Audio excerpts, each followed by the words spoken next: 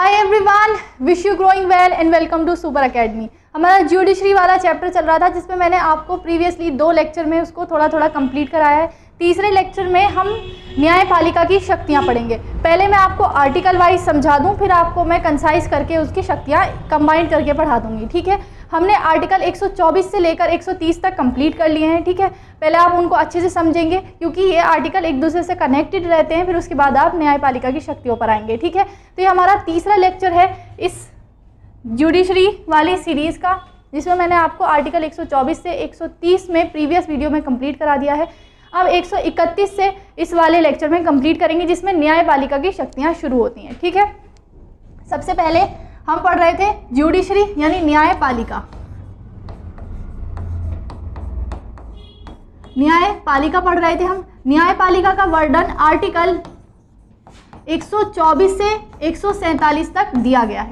ठीक है, आर्टिकल 124 से 147 तक न्यायपालिका का वर्णन दिया गया है भारतीय संविधान में, जिसमें मैंने आपको आर्टिकल 124 से 130 तक कंप्लीट करा दिए, जिसमें न्यायाधीशों की नियुक्ति से लेकर सुप्रीम कोर्ट के स्थान तक मैंने आपको कंप्लीट करा दिया है। इसके बाद आर्टिकल 131 में आज कंप्लीट करेंगे। आर्टिकल 131 प्रावधान करता है प्रारंभिक क्षेत्र अधिकार। प्रारंभिक क्षेत्र अधिकार किसका प्रारंभिक क्षेत्र अधिकार? सुप्रीम कोर्ट का प्रारंभिक क्षेत्र अधिकार। यानी आर्टिकल 131 से सुप्रीम कोर्ट की शक्तियां शुरू होती हैं। ठीक है, पावर्स देखते हैं हम। ठीक है, प्रारंभिक क्षेत्र अधिकार का मतलब होता है ऐसा क्षेत्र जिस पर केवल सुप्रीम कोर्ट को अधिकारिता है। ठीक है, इसमें आने वाले मामले केवल सुप्रीम कोर्ट द्वारा देखे जाएंगे। अब इसमें कौन कौन से मामले आते हैं जो केवल सीधे सुप्रीम कोर्ट द्वारा देखे जाते हैं या सीधे सुप्रीम कोर्ट में जाते हैं? पहला, जब सेंटर और स्टेट, ठीक है, सेंटर वर्सेस स्टेट का मामला होगा।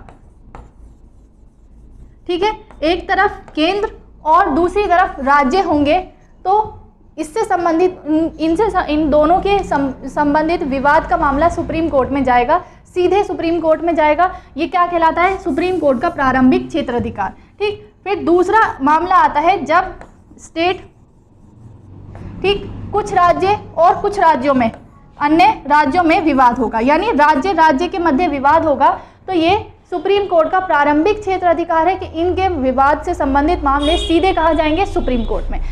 थर्ड आता है जब सेंटर और उसके साथ कुछ स्टेट मिल जाए। ठीक है, सेंटर और कुछ स्टेट, और फिर उसके साथ जो बचे हुए स्टेट हैं वो अलग।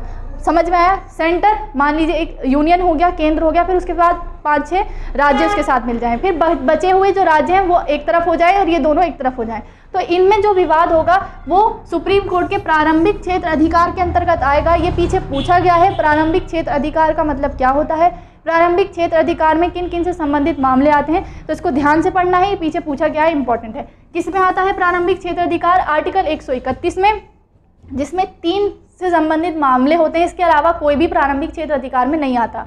ठीक, सेंटर और स्टेट से संबंधित, सेंटर और स्टेट में दोनों में आपस में जब विवाद होगा तो वो कहाँ जाएगा? सीधे सुप्रीम कोर्ट। जब कुछ स्टेट और कुछ अन्य राज्यों में विवाद होगा वो सुप्रीम कोर्ट जाएगा। और स्टेट और कुछ राज्य मिल जाए, सेंटर और कुछ राज्य मिल जाए और अनदर स्टेट, कहाँ पे जाएगा मामला? प्रारंभिक क्षेत्र अधिकार में। अब आपको एक चीज ध्यान रखनी है, प्रारंभिक क्षेत्र अधिकार।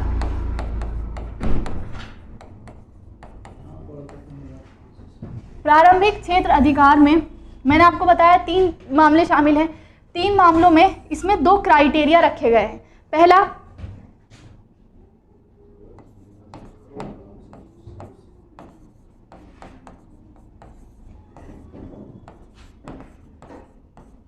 जब केंद्र और राज्यों में, या तीनों मैंने जो आपको कंडीशन बताई, उनमें संवैधानिक प्रश्न का कोई मामला होगा वो सीधे कहाँ जाएगा? Supreme court. ऐसा नहीं है कोई राजनीतिक मामला है वो भी सुप्रीम कोर्ट में चला जाएगा। तो आपको इस टर्म का ध्यान रखना है कि जब संवैधानिक प्रश्न से संबंधित कोई मामला, कोई विवाद होगा, किन के बीच? इन तीनों के बीच, तो वो सुप्रीम कोर्ट का प्रारंभिक क्षेत्र अधिकार के अंतर्गत आता है, इसके अलावा नहीं आएंगे। यानी संवैधानिक विधि से प्रश्न से संबंधित कोई मामला होना चाहिए, इसके अलावा कोई अन्य मामला इसके प्रारंभिक क्षेत्र अधिकार में नहीं आता। जैसे एग्जाम्पल के तौर पर राजनीतिक कोई मुद्दा है दोनों के बीच, तो वो उसके प्रारंभिक क्षेत्र अधिकार में नहीं है। ठीक, इसके बाद नेक्स्ट आता है, यदि कोई नागरिक, ठीक है, कोई नागरिक केंद्र पे या राज्य पे कोई केस कर देता है, केंद्र या राज्य के संबंध में कोई विवाद हो जाता है, नागरिक कर देता है, तो ये भी इसके प्रारंभिक क्षेत्र अधिकार में नहीं आता है। ठीक है, क्योंकि विवाद तो केंद्र और राज्य का ही है। ठीक है, लेकिन ये नागरिक द्वारा किया गया है तो इसका भी विवाद उसमें नहीं जाएगा और संवैधानिक प्रश्न से रिलेट होना चाहिए इन तीनों कंडीशन में, जब उसके प्रारंभिक क्षेत्र अधिकार में आता है। तो ये किसमें दिया गया है? आर्टिकल 131 में। एक आता है समवर्ती क्षेत्र अधिकार।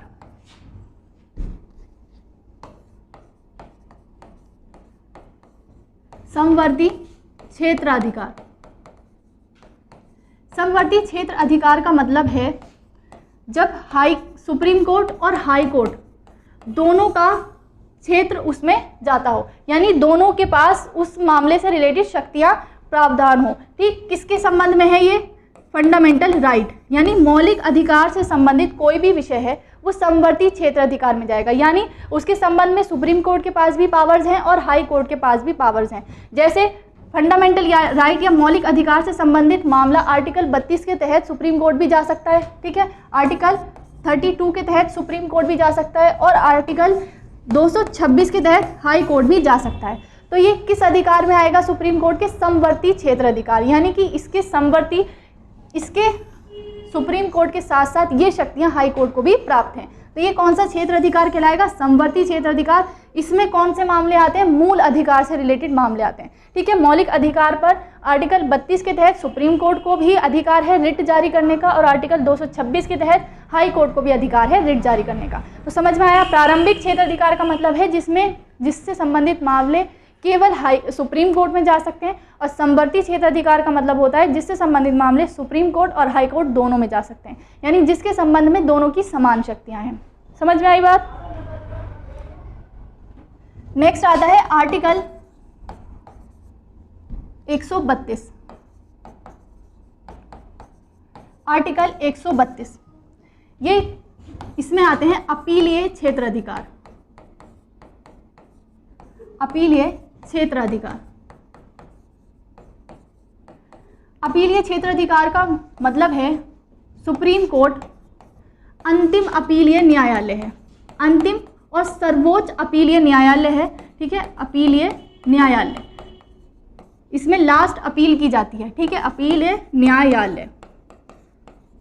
ठीक है, अपील का मतलब है कि जब कोई भी व्यक्ति हाई कोर्ट के निर्णय से संतुष्ट नहीं है तो वो उसके निर्णय के विरुद्ध सुप्रीम कोर्ट जा सकता है। ठीक है, तो आर्टिकल 132 पहले, इसके बाद आता है अपीलीय क्षेत्र अधिकार। आर्टिकल 132 में प्रावधान किया गया है संवैधानिक अपील का। संवैधानिक अपील,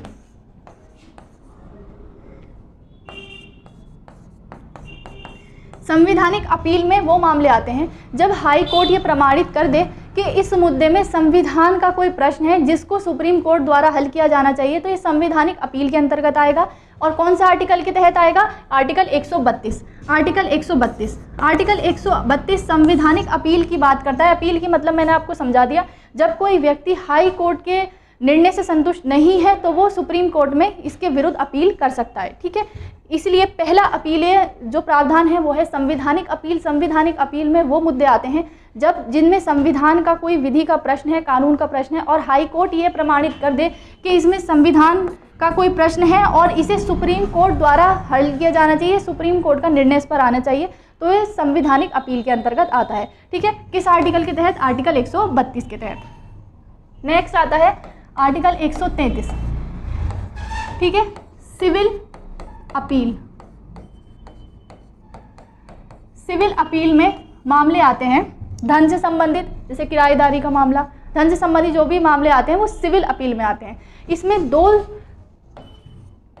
प्रावधान किए गए हैं। जब हाई कोर्ट ये प्रमाणित कर दे, ठीक है, कि जो उक्त मामला है यानी सिविल अपील के अंतर्गत जो मुद्दा आता है वो हाई कोर्ट ये प्रमाणित कर दे कि सुप्रीम कोर्ट द्वारा हल किया जाना चाहिए, तब ये सुप्रीम कोर्ट जाएगा, ठीक है। जब हाई कोर्ट प्रमाणित, ऐसा नहीं है कि सीधा चला जाएगा सुप्रीम कोर्ट, हाई कोर्ट उसको प्रमाणित करेगा कि इसमें ऐसा प्रश्न है जिसको सुप्रीम कोर्ट द्वारा हल किया जाना चाहिए, तो ये किस में आता है, सिविल अपील में। फिर इसके साथ साथ अगर इसमें भी कोई ऐसा सिविल मामले से संबंधित विधि का प्रश्न है तो ये कहाँ जाएगा, सुप्रीम कोर्ट, ठीक। इसके लिए आपको दो चीज़ों की ज़रूरत है।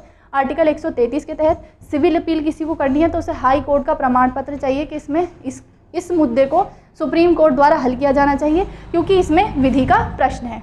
समझ में आई बात। इसके बाद ये दोनों सेम है, संवैधानिक अपील और सिविल अपील दोनों सेम है। इसके बाद नेक्स्ट आता है आर्टिकल 134। आर्टिकल 134 आपराधिक अपील।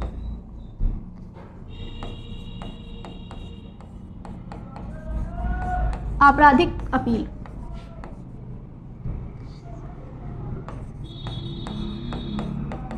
ठीक है। आपराधिक अपील का मतलब है जैसे चोरी डकैती, किसी का मर्डर कर दिया, ठीक, तो वो अपराध की श्रेणी में आता है। तो ऐसी निर्णय, ठीक है, जिसमें वो हाई कोर्ट के निर्णय से संतुष्ट नहीं है, सुप्रीम कोर्ट जा सकते हैं, लेकिन इसके लिए भी कुछ कंडीशंस बताई गई हैं। पहली कंडीशन है जब किसी अधीनस्थ न्यायालय ने किसी व्यक्ति को दोष मुक्त कर दिया हो।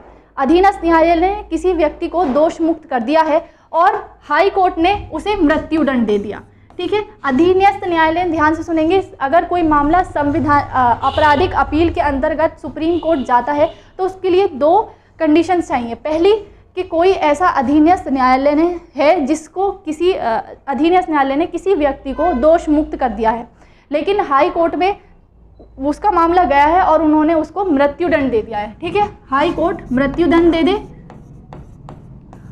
और जो अधीनस्थ न्यायालय है उसने उसे दोष मुक्त कर दिया है, पहली कंडीशन तो ये। दूसरी कंडीशन ये है जब हाई कोर्ट किसी मामले को बुलाकर जिसमें अभी निर्णय नहीं हुआ है और मृत्युदंड दे दे, ठीक है, दोष सिद्ध करके मृत्युदंड दे दे, यानी अधीनस्थ न्यायालय में वो मामला चल रहा था, हाई कोर्ट ने उसे मंगाया, ठीक है, और उसके संबंध में निर्णय दे दिया, मृत्युदंड दे दिया।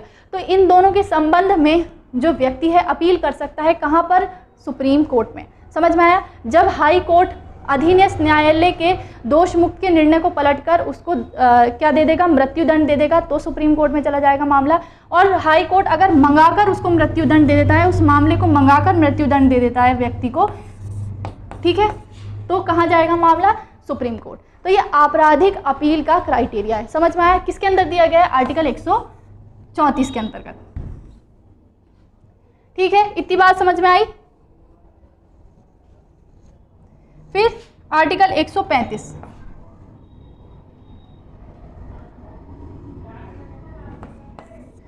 आर्टिकल 135 ज़्यादा इंपॉर्टेंट नहीं है। इसमें संघीय न्यायालय की शक्ति का प्रयोग, पहले हमारा न्यायालय संघीय न्यायालय था, हमने अब एकीकृत न्याय व्यवस्था को अपनाया है, लेकिन संघीय न्यायालय की शक्ति का प्रयोग, ठीक है, ये इसमें दिया गया है, इंपॉर्टेंट नहीं है। संघीय न्यायालय की शक्ति का प्रयोग इसमें दिया गया है, लेकिन ये इतना इंपॉर्टेंट नहीं है। इसके बाद आता है आर्टिकल 136, आर्टिकल 136, ठीक है। आर्टिकल 136 में आता है सुप्रीम कोर्ट की विशेष अपील, सुप्रीम कोर्ट की विशेष अपील।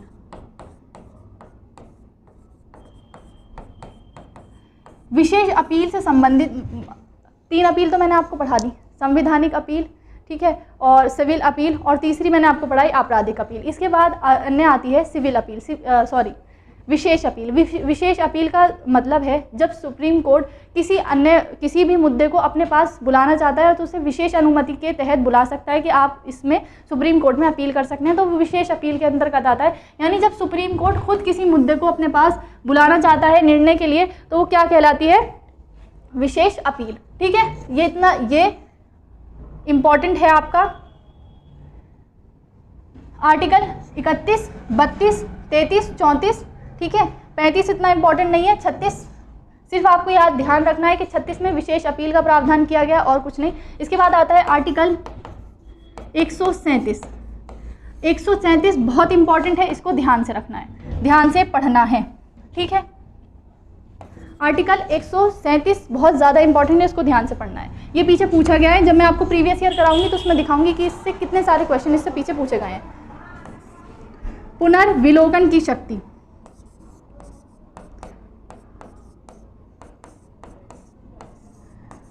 पुनर्विलोकन क्षेत्राधिकार, पुनर्विलोकन क्षेत्राधिकार। अब आप इस पुनर्विलोकन का मतलब समझिए। पुनर्विलोकन का मतलब होता है अपने निर्णयों को पलटना, यानी सुप्रीम कोर्ट को एक विशेष अधिकार मिला हुआ है आर्टिकल 137 के तहत कि वो अपने दिए गए निर्णयों को पलट सकता है। सुप्रीम कोर्ट सर्वोच्च है, लेकिन गलती सबसे हो सकती है, इसीलिए ये प्रावधान किया गया है कि सुप्रीम कोर्ट को अगर लगता है कि उसने जो अपने पूर्व में निर्णय दिए गए हैं उनमें कुछ क्लॉज या कुछ कमी रह गई है, तो वो अपने निर्णयों को वर्तमान में या भविष्य में पलट सकता है। तो ये शक्ति क्या कहलाती है? पुनर्विलोकन की शक्ति कहलाती है या पुनर्विलोकन क्षेत्राधिकार कहलाता है। जैसे कि मैं आपको एग्जाम्पल दूं,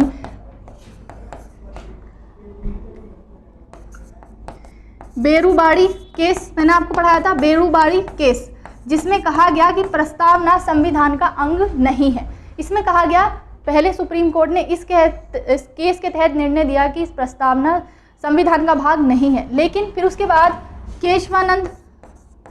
केशवानंद भारती केस, ठीक है, केशवानंद भारती केस में सुप्रीम कोर्ट ने अपने पूर्व निर्णय को पलटकर कहा कि प्रस्तावना संविधान का अभिन्न अंग है, प्रस्तावना संविधान का अंग है, आत्मा है। ठीक है, तो इस तरह ये कौन सी शक्ति कहलाएगी? पुनर्विलोकन की शक्ति कहलाएगी, पुनर्विलोकन क्षेत्राधिकार कहलाएगा, जो किस आर्टिकल के तहत आता है? आर्टिकल 137 के तहत। ठीक है, ध्यान रखना है, पुनर्विलोकन का मतलब होता है अपने दिए हुए निर्णयों को पलटना या अपने दिए हुए निर्णयों में संशोधन करना। ठीक है, समझ में आया? ये पीछे पूछा गया है, इंपॉर्टेंट है। फिर इसके बाद आता है आर्टिकल 138। आर्टिकल 138 संसद को ये शक्ति देता है कि वो सुप्रीम कोर्ट के अधिकारिता में वृद्धि कर सकती है, यानी ये न्यायिक अधिकारिता में वृद्धि, न्यायिक अधिकारिता में वृद्धि, अधिकारिता में वृद्धि, न्यायिक अधिकारिता में वृद्धि। इस अधिकारिता में वृद्धि यानी न्यायिक अधिकारिता में वृद्धि की शक्ति किसको प्राप्त है? संसद को। किसको प्राप्त है? संसद को। ये पीछे क्वेश्चन पूछा गया है कि न्यायालय के क्षेत्र अधिकार में वृद्धि की जा सकती है, तो की जा सकती है। किसके द्वारा की जा सकती है? संसद के द्वारा की जा सकती है। किस आर्टिकल के तहत? आर्टिकल 138। समझ में आया? फिर इसके बाद आता है आर्टिकल 139, आर्टिकल 39।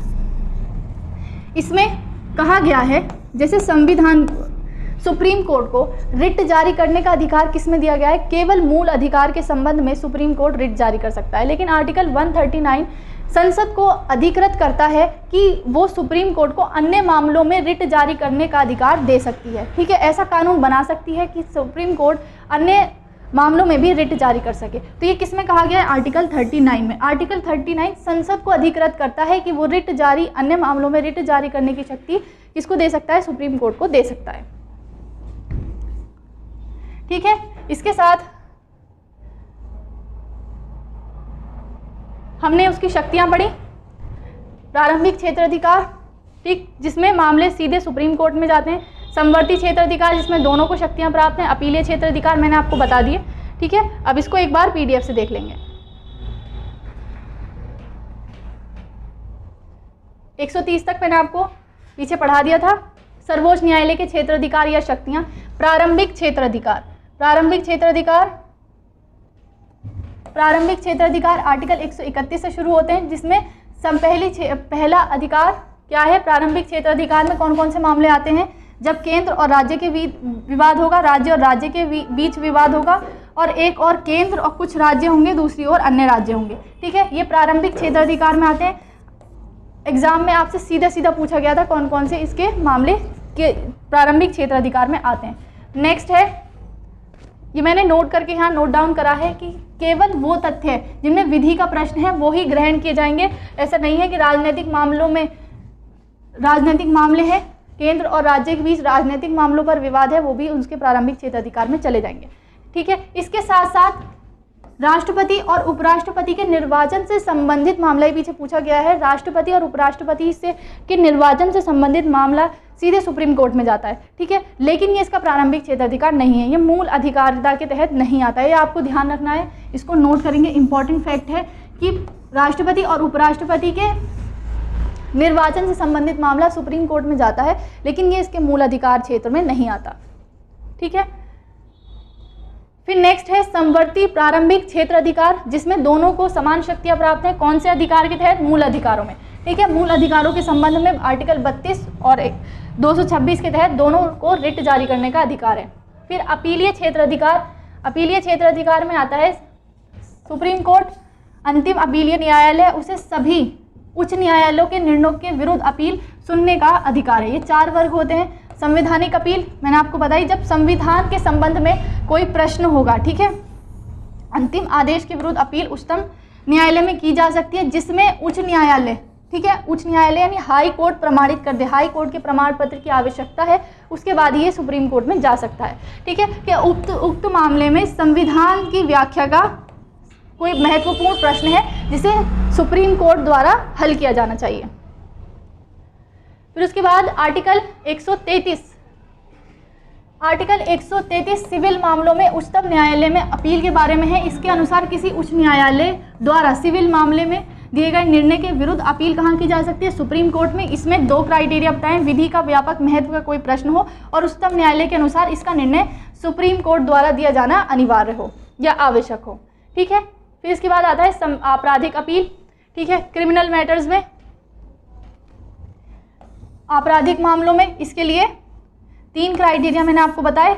उच्च न्यायालय अधीनस्थ न्यायालयों के दोष मुक्त, जिसे अधीनस्थ न्यायालयों ने दोष मुक्त कर दिया है और उसके आदेश को उलटकर अभियुक्त को मृत्युदंड दे दे, या उच्च न्यायालय अधीनस्थ न्यायालय का से मामला विचार के लिए मंगाकर और अभियुक्त को दोष सिद्ध कर दे, या यदि हाई कोर्ट ये प्रमाणित कर दे कि इसमें ये मामला SC यानी कि सुप्रीम कोर्ट में जाने योग्य है, तो वो सुप्रीम कोर्ट में जाएगा। ठीक है, या ये दोनों इंपॉर्टेंट है, इन दोनों का आपको ध्यान रखना है।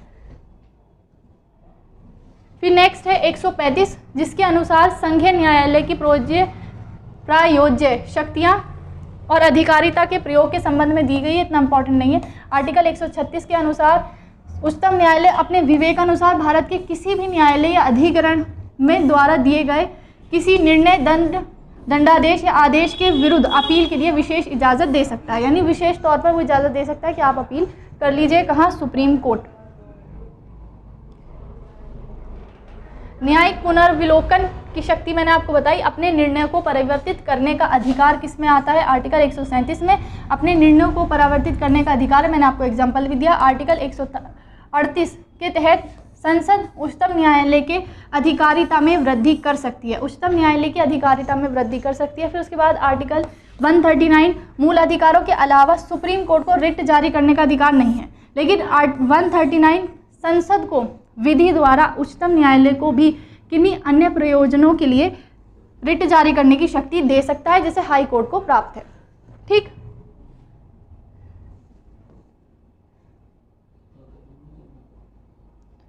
फिर इसके साथ अब इसकी शक्तियां को कंबाइंड रूप से देख लेते हैं। ठीक है, पावर्स।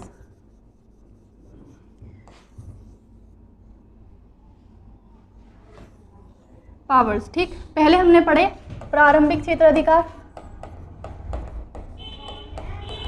ठीक है, प्रारंभिक क्षेत्र अधिकार जो मैंने आपको समझा दिया, 3 मामले इसके अंतर्गत आते हैं। संविधान का कोई प्रश्न होगा तो सीधे सुप्रीम कोर्ट जाएंगे, राजनीतिक मामला इसके अंतर्गत नहीं आता। फिर इसके बाद मैंने आपको समवर्ती क्षेत्र अधिकार बताया, जिसमें दोनों की शक्तियां बराबर हैं, दोनों में हाई कोर्ट और सुप्रीम कोर्ट। इसके बाद अभिलेख न्यायालय की शक्ति।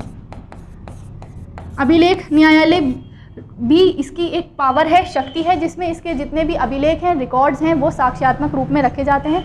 ठीक है, रिकॉर्ड रूप में रखे जाते हैं, उनका साक्ष्यात्मक मूल्य होता है, उनको अन्य केसेस में साक्ष्य के तौर पर प्रस्तुत किया जाता है। ये मैंने बताया था, आर्टिकल 129 में आता है। ठीक है, अभिलेख न्यायालय। फिर उसके बाद सलाहकारी क्षेत्र अधिकार।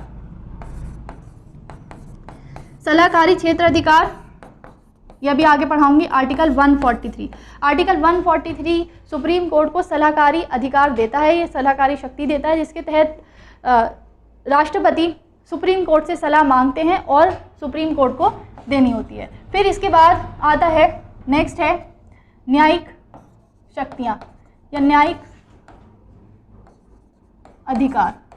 न्यायिक अधिकार के अंतर्गत आता है कि सुप्रीम कोर्ट को मौलिक अधिकारों का रक्षक बनाया गया है। मौलिक अधिकारों के तहत वो 5 तरह की रिट जारी कर सकता है: बंदी, प्रत्यक्षीकरण, उत्प्रेषण, प्रतिषेध, परमादेश और अधिकार प्रेक्षा। ठीक, तो ये न्यायिक क्षेत्र अधिकार के अंतर्गत आता है, जिसके तहत सुप्रीम कोर्ट क्या जारी कर सकता है, 5 तरह की रिट जारी कर सकता है, जो मैंने आपको बताई, इससे पहले भी मैंने आपको पढ़ाई हैं। ठीक, मौलिक अधिकार वाले चैप्टर में पढ़ाई है। इसके बाद न्यायिक समीक्षा की शक्ति, न्यायिक समीक्षा, जुडिकल रिव्यू।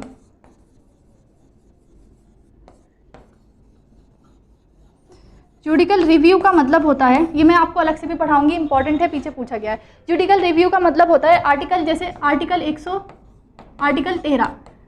13 कहता है कि जो विधि मौलिक अधिकारों का उल्लंघन करती है वो विधि शून्य घोषित की जाएगी। किसके द्वारा? सुप्रीम कोर्ट के द्वारा, क्योंकि सुप्रीम कोर्ट को अधिरक्षक बनाया गया है, मौलिक अधिकारों का संरक्षक बनाया गया है। इसीलिए न्यायिक समीक्षा का मतलब होता है कि कोई भी ऐसी विधि जो संविधान का उल्लंघन करती है, संविधान के किसी क्लॉज का उल्लंघन करती है, तो वो सुप्रीम कोर्ट उसको अमान्य, असंवैधानिक घोषित कर सकता है। तो ये क्या कहलाती है? न्यायिक समीक्षा, यानी किसी भी विधि की न्यायिक समीक्षा करना, उसका रिव्यू करना कि वो संविधान के अनुसार है या नहीं। तो ये सुप्रीम कोर्ट की शक्तियां हैं। इसको आप या तो स्क्रीनशॉट ले लीजिए, मैंने आपको इसको अच्छे से समझा दिया है। प्रारंभिक क्षेत्र अधिकार भी, समवर्ती अधिकार भी, अभिलेख न्यायालय क्या होता है, फिर इसमें एक पुनर्विलोकन की शक्ति भी आती है।